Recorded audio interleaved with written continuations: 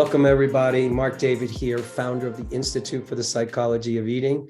We're in the Psychology of Eating podcast. I am with Megan today. Welcome, Megan. Thanks, Mark. I'm glad we're here, glad we're doing this. For anybody who's new to the podcast, how this works is Megan and I are meeting for the first time, and we're going to have a conversation to see if we can make some good things happen. So Megan, if you could wave your magic wand and have whatever you wanted with food and body, what would that be for you? In this current season, Mark, that would look like not eating at nighttime. So it's I'm putting in air quotes, emotional eating after dinner. So it's just the mindless snacking. Although it's not so mindless anymore, I've gone quite away with my relationship with food, but it would just be clearing that up completely. I eat really well during the day. It's just that little bit at night. And it's not even that I'm eating, and I don't want to use the words bad food, but it's not that I'm eating unhealthy food. It's just I eat the healthy food, but it's the nuts and seeds and peanut butter. And obviously that's very calorie dense. And I'd like to, and that's just keeping me back from my health and fitness goals, and keeping me a little bit more comfortable in my skin than I would like to be. So that would be my ideal situation. Great. Let's dive in. How long has nighttime eating been more of a challenge for you? I would say, so 13 years ago, I competed in fitness competitions. And that's really what created this disordered pattern of eating. I was on for nearly 6 months. My coach had me on 1,200 calories a day and was doing 3 hours cardio a day, obviously training with weights for an hour and a half a day. It was just intense. And then literally the day after my last competition, I ended up binge eating, and I had no clue what that was. And it was a really scary time, to be honest. So this whole last sort of 13 years has been rebuilding that relationship with food and myself and my body, so then the binge eating started slowing down, and then it just got into, I guess, less disordered patterns of eating, to now I feel like I'm at the tip. I'm at the point where it's just that last little bit of emotional eating at night. It's almost like my identity doesn't want to let it go because it's been with me for so long. It's like a best friend, and I don't know who I am without it. And so that's kind of where I'm at now. So the emotional eating, I'd say, probably has still been with me for at least 13 years. It's just the remnants of the binge eating disorder. Great. Okay. Very, very helpful. So you're finished with fitness competitions these days? Oh, yes. I train for life, but not for fitness. Yeah. So when the nighttime eating happens, what time does it usually start? Say 7:30, 8 o'clock. And when might the last time you eat be? About 10 o'clock. Okay. So from 7:30 to 8 till about 10, you'll be munching, snacking? Only a little bit. It's not even like I'm just sitting there with bowls of food or anything. It's like I will get up and get a handful of nuts, and then I'll eat them. And then my mind's still wandering. And then I'll come back and get some more, maybe, 20, 30 minutes later. So it's on and off. It's not that I'm just sort of sitting there mindlessly consuming. And I know I'm doing it. Like, I've got to the point of, I know I'm doing it. And so I'd say on and off between 8 and 10, 7:30, 8 to 10. And when you go to sleep, do you feel full? Not anymore. When I was at the height of my binge eating, I was scared to go to bed on an empty stomach because of that such restrictive lifestyle of competing. I was going to bed hungry, and I hated it, and I get up hungry and tired and miserable. So the binge eating, when that kicked in, I wouldn't allow myself to go hungry. I just couldn't do it. But now, no, like I try and sort of sit at about 70, 80% full satisfaction. But no, I don't go to bed full anymore. I used to get up in the middle of the night and start eating as well when I felt a bit hungry. I just wouldn't let myself go into that space, but not anymore. Normally just throughout the day, would you consider yourself a fast eater, a moderate eater, a slow eater? I have listened to this part of your podcast so many times, and it's almost like I block it out. I don't want to listen to what you're saying, but I know I'm a fast eater. And it's only in the last couple of weeks that I've actually really tried to be present with my food. Like no distractions, sit outside in nature, really be present with my food. But yeah, 100% I'm a fast eater, and I've got a long way to go with that. Okay. Now, during the day, do you eat like breakfast, lunch, and dinner? Again, so I was living in Bali for 3 years prior to recent happenings, and I got into fasting over there. I met someone who was Muslim, and he introduced me to Ramadan. And it was at a point where I actually really enjoyed the fasting period, because I actually was giving myself a break, or my body a break, for the first time ever. And I really actually started enjoying that. So I've been had a fasting lifestyle for about 5 years. And it wasn't attached to the weight loss. I just felt better. I felt better not always consuming food. And it's literally only the last 3 weeks that I decided, look, I've got to stop this, and I'm just going to try and listen to my body's cues. So the answer to that now is yes, I now eat breakfast, lunch, and dinner, and a couple of snacks if I'm feeling like I need to. Okay. So what time in these last 3 weeks does breakfast usually come? About 7:38. Okay. What time is lunch roughly? Around 12 o'clock. And how about dinner? What time is that? Between 5 and 6. Okay. And of those 3 meals, what would you say tends to be the biggest of those 3 meals? I would say dinner. Mm-hmm. What might be, give me an example of a typical dinner. It's always 3/4 of a plate of veggies with some type of protein, chicken, fish, salmon, steak, anything really. Okay. And give me a typical possibilities for lunch. Usually just a massive salad with some nuts and seeds and avocado. And again, probably with chicken or tuna. And yeah, I'd say that's an average lunch. Okay. And when you go to sleep at night, are you tired? Yes, because I get up early, but yeah, I'm tired.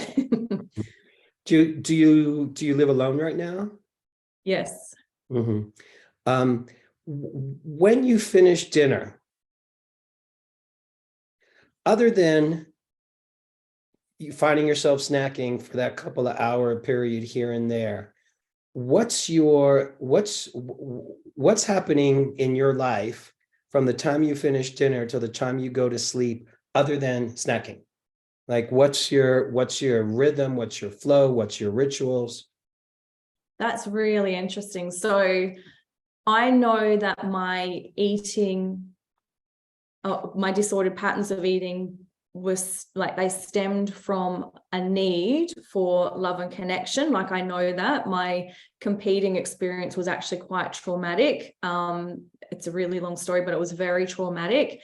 And I know that there was a lot of judgment with my friends and family about how I looked. They hadn't seen me for a long time. And then when I was in competition mode, there was a lot of judgment, a lot of arguments, etc., which was very traumatic. So I know that I ended up starting to binge eat for that protective layer, and to almost be well, the only way you'll accept me is if I'm fat again, kind of thing. And so I know that there's been a massive lack of love and connection in my life. And so I know it stemmed from there. And now it's turned into boredom, because I went into that whole path of self-love and acceptance, and that's fine. And I don't feel a lack of love, but now it's more boredom. And I find as we come into winter here in Australia, I struggle to get outside once work's done, but work is also quite taxing. So it's more that switching off time. And I know that that's why I'm doing it. But my rhythm, to be honest, Mark, is it's not a lot at night. And I'm very aware of that. Yes. Okay. Okay. So I've collected some good information here where I feel like I can offer you some feedback that will feedback, ideas, thoughts, opinions that hopefully will be useful for you. So I see a number of things happening here. And to me, just so you know, the nighttime eating, I don't look at it that you're doing something bad. I don't look at it that you're doing something wrong. It's not bad, it's not wrong. You're doing it because you have a good reason to do it. That's how I look at it. We do things because we have a good reason. Even if those things hurt us, even if we don't like them, there's a part of us that has a good reason for it.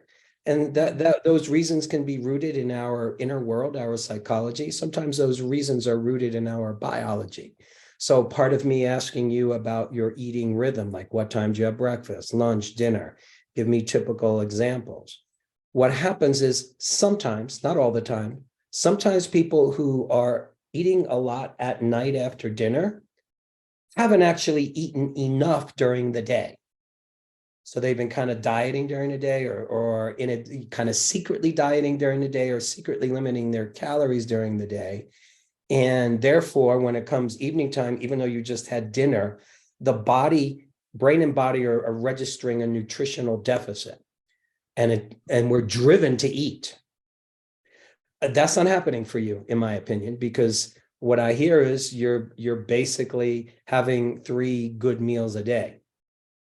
So once again, I'm interested. What are the good reasons, the brilliant reasons in your mind why you would be eating at night? Here's what I come up with. Okay, a couple of things like why would you be eating at night? And part of it is connection, because food connects us. Food is intimate. Food feels good. Food is pleasurable. That's kind of what we know since infancy. Feel bad, get some food, feel better. So, and there's nothing wrong with that. It's so important to realize, like people think, oh, like, oh, emotional eating is so bad.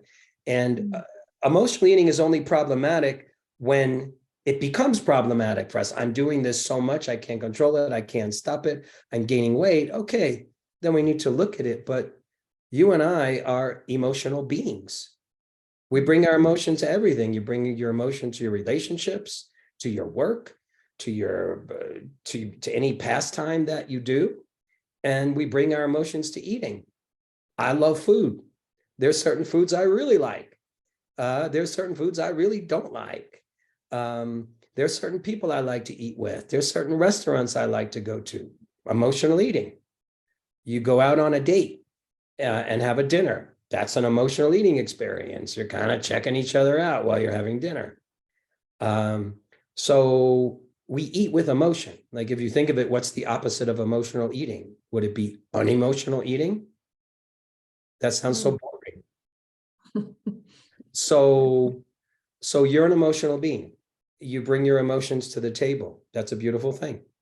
Yeah, I eat emotionally during the day. Probably every meal I consider I like to be emotionally present. Like, wow, this feels good. I love this food. This makes my body feel like nourished and energetic. So, and yeah, I'll have a dessert at night and make me feel good. So I'm using my emotions in a way that work for me, and I'm using eating and emotional eating in a way that works for me. So to me, you have a habit, Yes. habit being something that's repetitive. It's automatic. You kind of do it. Like you don't get to the evening time and say, okay, I need to snack for this next 2-hour period. You just kind of do it. So it's automatic, it's repetitive, it's unconscious. And I think it's giving you connection. it's giving you a sense of, I'm doing something. At the same time, you acknowledge that there's a certain boredom happening, because evening time has a kind of magic to it if you think about it. Daytime is over, the sun has gone down, chances are, and you're winding down your day. So you're not working. What do? What do I do such that I put the cherry on top of my day? What do I do such that I can transition into the night world and the sleeping world? And we all have our own different things that we do. If you were living with somebody, if you had kids, you would be, you'd be putting your kids to sleep. If you had a partner, you would be doing who knows what with your partner. You might be being intimate. You might be having conversation. You might be playing some music. You might be whatever you do. So part of it is you don't have a ritual that works for you in the evening time that's deliberate, that's conscious, that's chosen. Like for me, my evening ritual, I have a nice sit-down dinner. I do it slow. I pay attention. I chit chat with my partner. We have some good conversation, and we might watch some videos. We might watch some, like, I like nature videos. I like animal videos. There's certain people I follow on YouTube that like work with animals and wild animals. I might watch a favorite TV series, and then I might just do some more deep conversation. And that's just a ritual, but we know we're going to do that. And also have a snack a lot of nights, because yeah, it feels good to have a nice little snack. Feels nice. So I think it would be a great idea for you to start to think about, and it might not be obvious at first, what would be good for me, Megan, as an evening ritual or evening rituals, things I can do that feel good to me. What music could you play that feels good to you? What videos can you watch that feel good to you? What entertainment like nourishes you? Like not something that's horror and violent and stresses you out, but something that makes you smile or makes you relax or is more gentle on the mind and the soul. Is there any kind of movement that you can do? Is there any kind of stretching you could do? Is it a bathing ritual? Is it, are you doing anything ritual just cosmetically at night that just makes you feel like I'm doing beauty care? So without conscious ritual, I'm going to go to unconscious ritual. Yeah, what's my unconscious ritual? Yeah, for a lot of people, just food. Let me just eat. Because we all know that food gives me something to do, and it's easy. You just open up the refrigerator, you open up the cabinet, and you get food. It's there, it's easy. So, and it's a ritual. It's something you do that you repeat every evening. That humans like ritual. We like to do something that is repetitive. Lunch, breakfast, dinner, those are rituals. Going to work at a certain time, that's a ritual. Calling your best friend, your parents, whoever, a ritual. So all I'm saying is you have to start to invent meaningful ritual for you in the evening time that includes things other than food. Next, okay, so hold that thought for a moment. Next, as you know, let me talk about the slow eating piece. Slow eating to me is it's not a speed, even though it is a speed, but it has nothing to do with speed at the end of the day. It's all about awareness and consciousness. It's all about presence. So in other words, if you're going to do something, be there when you do it. If you're going to be in conversation with your best friend, don't be texting somebody else. That's not fun for them. And you're not going to really take in the person who's talking to you if you're doing something else. So if I'm not present with my food, eating fast is a way to not be present with food. Most people eat fast because it's a learned habit. Or I'm going to say, let me take that back. Many people eat fast because it's a learned habit. You learn it from your environment. A lot of people are fast eaters. Your parents may be, siblings, people around you. You just learn from your environment. Oh, everybody eats fast. And or we eat fast because food is kind of a crime. Food makes me fat. Food is the enemy. Or food used to be the enemy. So if I'm going to do something that's a crime, eating, that can make me fat, if you're going to be a criminal, you want to do the crime fast. You don't want to rob a bank really slow. You want to get it over quickly so you don't get caught. So a lot of times we eat fast as a way to pretend that we're not eating, as a way to not embrace, I'm an eater. I need to eat. I love eating. Eating is good. What's the proof of that? Eating feels good. It tastes good. It's pleasurable. So because of your history, food in a weird way was the enemy. You can only eat 1,200 calories a day. Little box, there's the food. You can't go outside that box. If you go outside the box, bad girl, criminal. Everything you eat that's outside that box makes you a criminal, makes you a bad person. So even that 1,200 calories itself becomes a crime. You can't enjoy it. Yeah. You literally can't enjoy it. You can't relax into it, in part because it's not enough. Yeah. So food in our natural state, we eat, we're present to the food, we enjoy the food, we love the food, we notice the food, you get what you want from the food, which is pleasure, nourishment, satisfaction. Ah, that was good.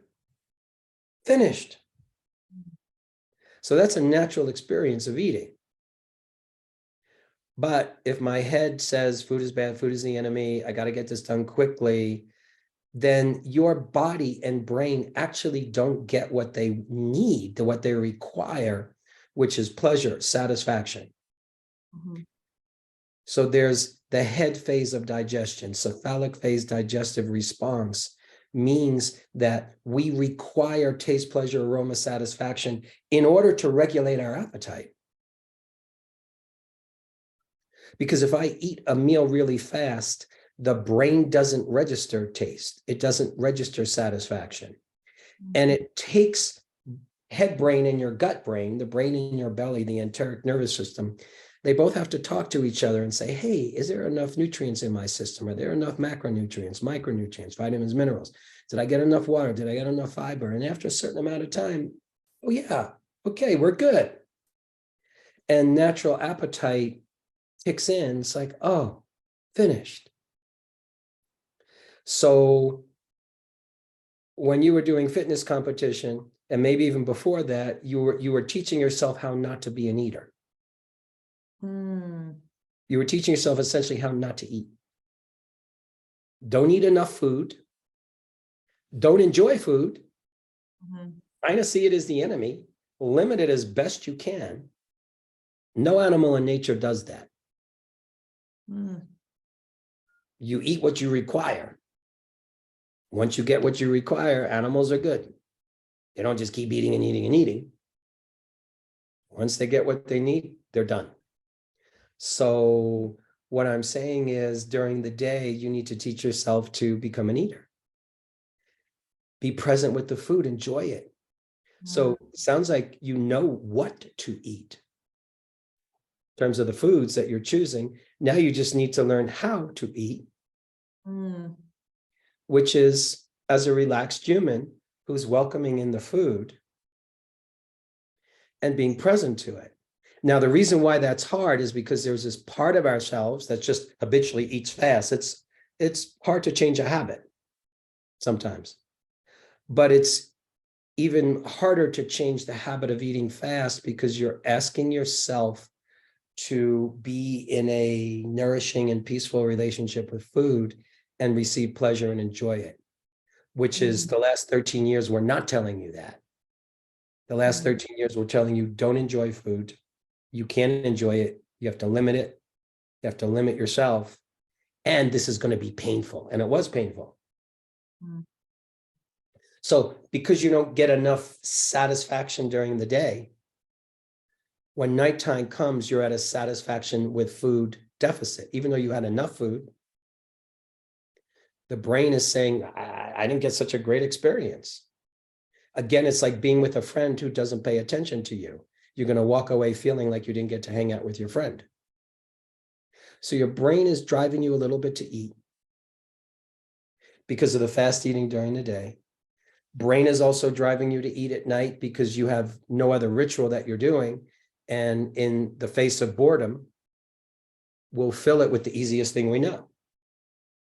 Oh, I'm bored, I'll watch TV. Some people, that's what they do. I'm bored, I'll surf the internet. I'm bored, I eat food. So, prescription is start practicing not being a slow eater, but being present, nourishing, pleasured, just intimate with your food. And just get all the great flavors and get all the satisfaction. Let your tongue be happy. Let your mouth be happy. And really register that. Create other evening rituals for yourself that feel good. And I would even suggest that you agree with yourself. I am going to eat after dinner. So in addition to the other two things I just said, agree with yourself that, for the next month, let's say, I'm going to eat after dinner.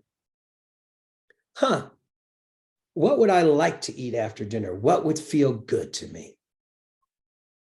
Now, what feels good to me means a combination of what would taste good, what would feel nourishing, what would feel satisfying, and what would also satisfy my mind a bit. Now, it just might be that certain foods, I don't know, maybe nuts and seeds, might satisfy your taste buds and might satisfy everything else, but it's not going to satisfy your mind because your mind says, well, that's too heavy. That's too much calories.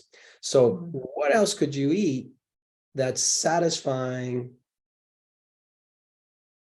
that you agree, I'm going to eat this? And when you eat it at night, pay attention and be present.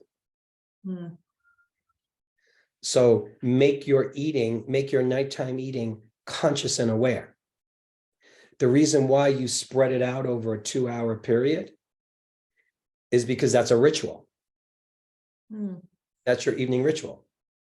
That's what's taking you from the day to the night.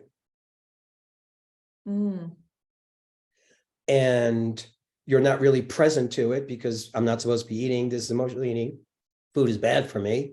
I shouldn't be doing this. Therefore, even though I am going to do it, I'm not going to pay attention while I'm doing it. Because if I'm not paying attention, that kind of means I'm not doing it, even though I am doing it. You follow me? Yeah, I do. Yes. So not paying attention means I'm kind of not doing it. I'm doing it on the sly. So own the experience. Agree that you're going to eat in the evening time, but be present and see if you can make it once or twice. Okay, first I'm going to have this. First I'm going to have this pudding or these cookies or this frozen dessert, whatever it is. But I'm going to be present. I'm going to enjoy it. And I'm going to be there when I'm eating it. So this way you're getting what you want, which is connection with the food, which is pleasure. And you won't have to keep doing it over 2 hours. I think that point, Mark, is huge, to be honest. The not criminalizing the food at night, like after dinner, like that is huge. Yes. Like I can already feel that that's going to make a huge difference.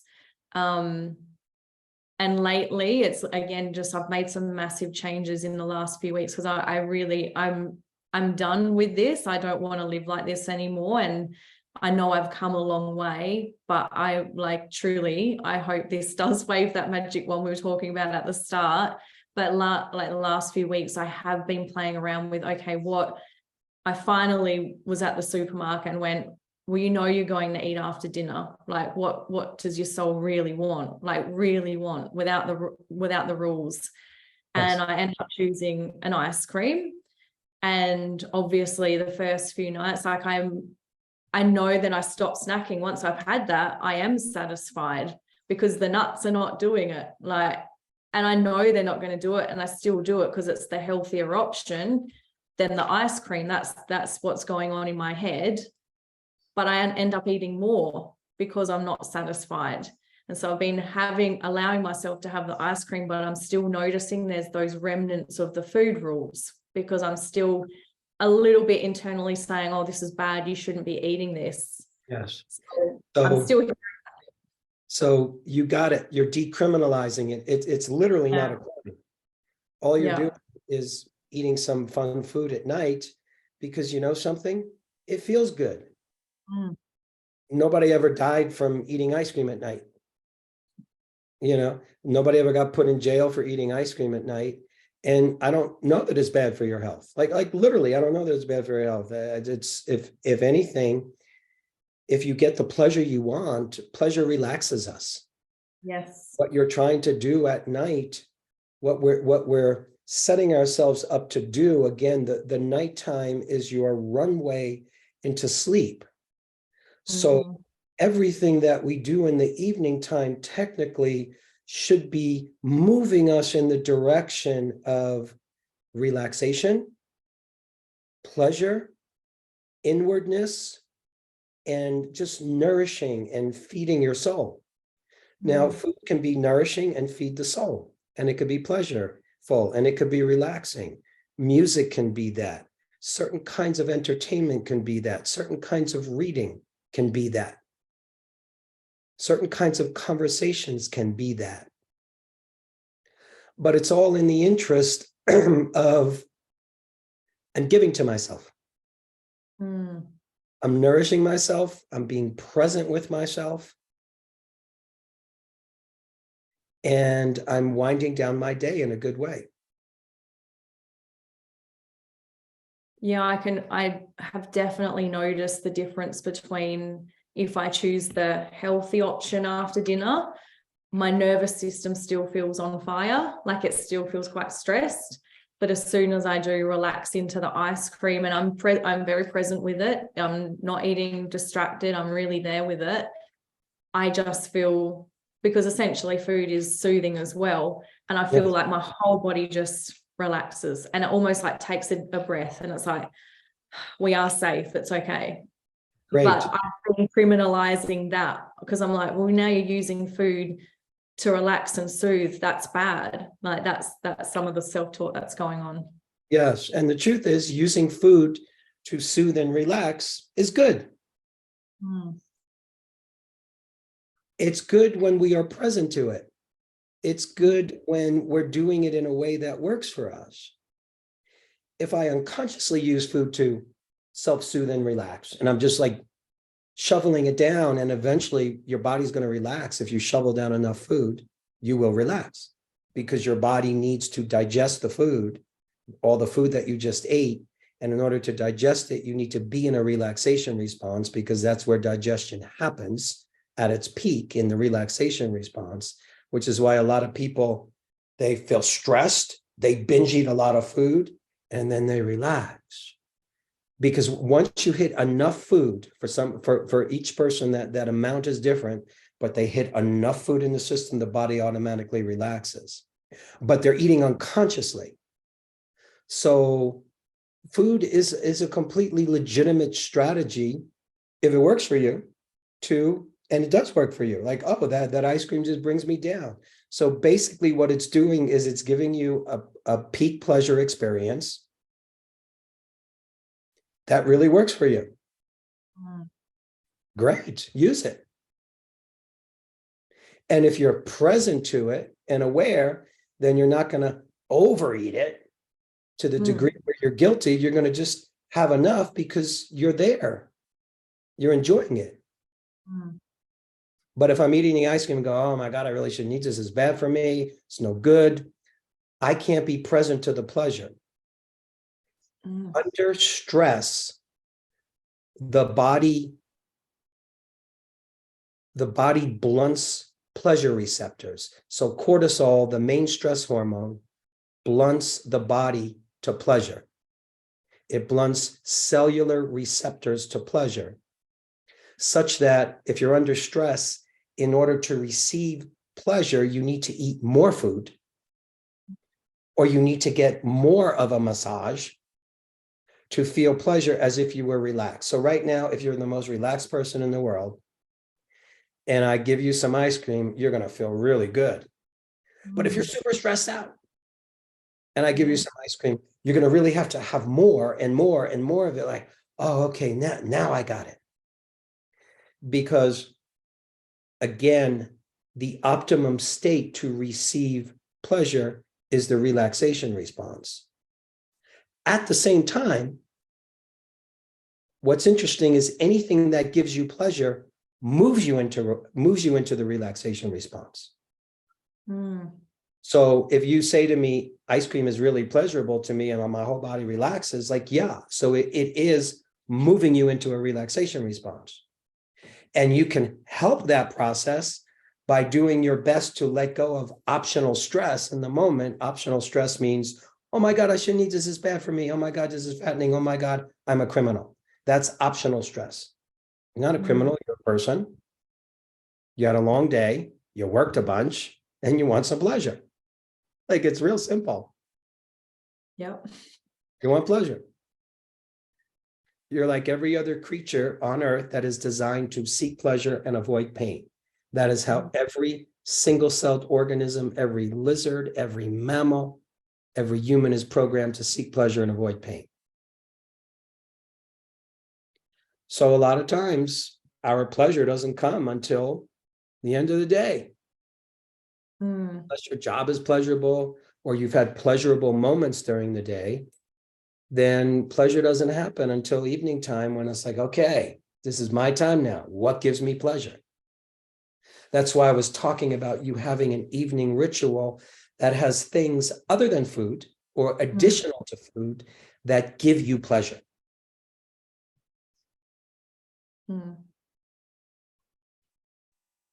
You made a really great point there with, if we go back to the ice cream as well. So when I first, as I said, I've only been doing this for a couple of weeks. I've only just started allowing myself to explore the food I really want to. And there have been a couple of nights where I'll go for a second ice cream. And I'm like, I know my behavior sometimes can be all or nothing. And I've been so scared to let some of these foods back in because I've got to be careful with my self-talk here, but I end up eating more than I want to. And then I go through that cycle of beating myself up again and saying, see, you can't do it. You can't just have some ice cream in the house and enjoy one. But what I've just taken from what you said is I know those times where I'll choose a second ice cream. And I know I'm doing this because I've really tried to build a lot of self-awareness around my journey with food and connection to self, but I don't quite know how to stop it. But I think you've shed a light on it.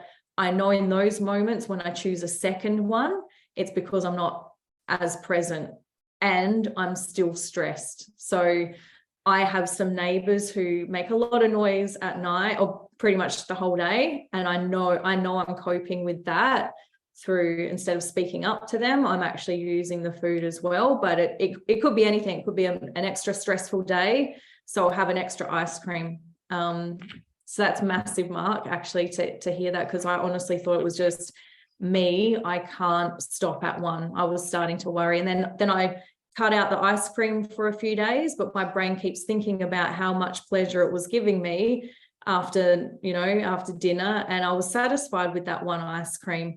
And then, yeah, but I have had a couple of nights where I'll go for the second one and then I start beating myself up. Something you're reminding me of, Megan, is that pleasure is a great teacher for us. And pleasure is something we literally learn about from the time we're born, potentially until the time we die. Pleasure is always teaching us. what makes you feel pleasure. Like there's certain things as a kid that were pleasurable to you. There's certain things as a teenager that were pleasurable to you. There's certain things at different times in your life. Oh my God, this is pleasurable. When you become a sexual being, oh my God, this is pleasurable. When you branch out and eat other kinds of foods, oh my God, this food is pleasurable. I never knew that. Or you get exposed to different kind of music. Oh my God, that's pleasurable. And what happens to human beings is that we get mixed messages around pleasure. We are taught to fear pleasure. We are taught to demonize pleasure. And at the same time, we are taught to be pleasure junkies. Yes. So you're getting all kinds of advertising hurled at you to eat all kinds of bad foods and forbidden foods and sugary foods and sweet foods and chocolate foods and ice cream. Like you're being advertised that. And then you're being advertised by the weight loss programs. Like don't eat this and don't eat that and sugar's bad. And the net result is the mind goes crazy because we're getting all this paradoxical information. And what we need to do is stop all of the incoming stimulus that you get from the media or that you heard and that you learned, and you begin to learn about pleasure on pleasure's own terms as it relates to you. So you are your own unique pleasure being. What gives you pleasure is different from what gives your friend pleasure or somebody else pleasure or anybody else pleasure. And yeah, we have certain commonalities that, yeah, most people get pleasure from food. Most people might get pleasure from touch, some don't. But we have commonalities, but then we have very specifics. But you have to learn for you, your relationship with pleasure. And part of it is learning to trust yourself. And it's not just pleasure with food. Because how you relate to pleasure with food is oftentimes how you're going to relate to pleasure and other experiences in life. So it's learning to explore your pleasure self and trust her and give her the opportunity. You know, you might make a mistake. You might decide, you know, I'm going to have ice cream 3 times tonight. And you know something? That's okay. It's not going to kill you. You might have a stomach ache. You might feel guilty. Or you might go, oh God, that was too much. But you know something? You'll recover. You're not going to die. No. So really, trusting pleasure means just trusting yourself that you will stand by yourself no matter what you got yourself into. I'm not going to abandon myself. I'm not going to judge myself. I'm not going to criticize myself because I ate too much, or that was so good that I did that, or that I went out and did this pleasurable experience and I drank too much, or I overdid it, or whatever you did too much of. You'll recover and you'll learn from it. And you'll start to find what's my sweet spot with food. Like what's the amount that really works for me, such that my body feels good, my body relaxes, and I feel good about me because I ate this amount that worked for me, but I didn't eat that amount. That was too much. So it's an exploration. It's a learning experience as opposed to this is right or wrong. It's like, no, you're finding out what works for you. But pleasure is the ability to receive pleasure. Think of it as a superpower. People, I don't know, think of anybody that you know. Think of a woman that you might know who is more unabashed and more confident about receiving pleasure from food, sex, from clothes, from life, from dancing. Yeah. People who are confident in their pleasure are empowered. They're happier, they're fun, and they're very self-satisfied. And they glow a little bit.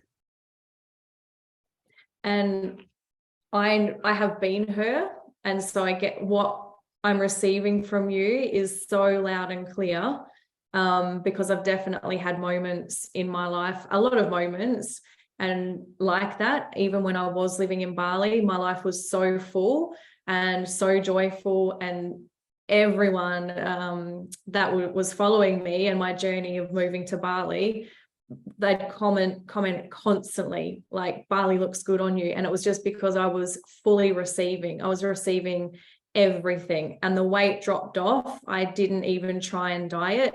And I was eating some chocolate every day. Like, I just went with whatever. And I didn't even think about it, but it was because I was relaxed and I was in that state of receivership. So I think even just hit, again, another massive insight, Mark, around the relationship to pleasure, I think is huge, because I know a lot of my practices, like I dance, I do salsa dancing, but that's dropped off lately. Like, there's a lot of things that have dropped off. So yeah, I'm actually looking forward to exploring that pleasure again, because I know that's the key. Like, I know that's the key. Yes. So, even though you're not living in Bali, you know that core experience of being in that flow, of receiving pleasure in so many different ways, and how it brings you to your natural self, and it brought you your natural weight. yes. So you can adopt many of those practices into your Australian life, Mm-hmm. and just notice what happens. So So this is all about also you. This is about you being your best self. This is about you being your most empowered self, your most empowered person, your most empowered woman. Mm-hmm. And an empowered person, an empowered woman, is willing to be in contact and in dialogue and relationship with her pleasure, and is willing to receive pleasure and to do her best. And when it's hard, then you practice. So yeah, I'm going to make evening time eating legal. Not only am I going to make it legal, I'm going to make it fun. And I'm going to just explore and throw out the rules. And just see, okay, what actually works for me? And how do I dial this in so this feels good? No rules. Yeah. And when I say no rules, it doesn't mean, oh, just do whatever you want and keep eating, for 5 hours. It's like, no, it's you're being present with yourself. So pleasure, real pleasure, has wisdom in it. Meaning, you might like sex, but it doesn't mean you're going to go have sex with anybody that shows up on the street. No, you're going to choose. Who am I going to be with? Who am I going to engage with? So there's wisdom. There's certain foods that give you pleasure. And then there's the wisdom part of you that pops in. Okay, well, how much of this? And, oh yeah, that food gives me pleasure, but I'm allergic to that. And it gives me all these symptoms afterwards. So, something, even though it gives me pleasure, I'm going to stay away from that because the cost far outweighs the benefit. Yeah. There are certain foods that really give me pleasure that just make me feel like garbage. So I'm just not going to eat it. So that's the wisdom of pleasure speaking. But you only find the wisdom and pleasure when you're willing to explore and experiment and throw out the rules. Yeah.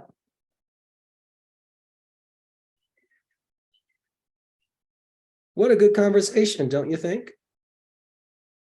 Amazing, Mark, that you've dropped so many golden nuggets. Like, I'm going to have to re-listen to this, but thank you so much. I'm actually excited about exploring that relationship to pleasure, but like, you've brought, honestly, 13 years of struggle full circle. That's how this conversation feels for me. And I almost feel like done. I can tie the ribbon on it. I know practicing the relationship to food and eating and pleasure and all of that, it's an ongoing practice and it will keep evolving. But I feel like I don't need to keep looking for any answers anymore. It's just, this is the most beautiful conversation around food that I think I've ever had. So thank you. Happy. Thank you. I'm happy for me, happy for you, happy for both of us. Great work, Meg. Yeah. Thank you. Thank you. Thanks so much. And thanks everybody for tuning in. Take care. Hey friends, we're so happy that you've joined us for another episode of The Psychology of Eating with Marc David. Are you loving these episodes? Then simply subscribe and you'll never miss an episode again. We'd also love it if you'd leave us a comment below so we can hear more about your own journey with food and body. And if you're curious about what we offer at the Institute for the Psychology of Eating, including our internationally acclaimed coach certification training that's rooted in dynamic eating psychology and mind-body nutrition, please head on over to our website, psychologyofeating.com. Until next time, take care, and remember, having the body you want starts with loving the body you have.